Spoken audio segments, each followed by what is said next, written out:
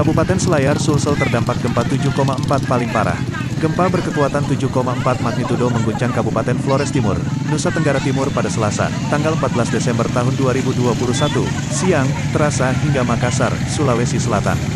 Salah satu daerah yang terdampak paling parah yakni Kabupaten Kepulauan Selayar, Sulawesi Selatan. Semua bangunan rumah yang baru dibangun, runtuh akibat gempa berkekuatan 7,4 ini. Masyarakat selamat dalam kejadian ini. Namun untuk mengantisipasi, Basarnas menganjurkan dan memberikan perhatian kepada masyarakat untuk menempati lokasi-lokasi tinggi sesuai jalur yang telah ditetapkan oleh BPBD Kabupaten Kepulauan Selayar. Tim SAR dan pemerintah daerah telah mengevakuasi warga dari 3 wilayah yang terdampak gempa, yakni Pulau Kalautoa, Pulau Bonerate, Pulau Jampea di lokasi yang lebih tinggi dan aman.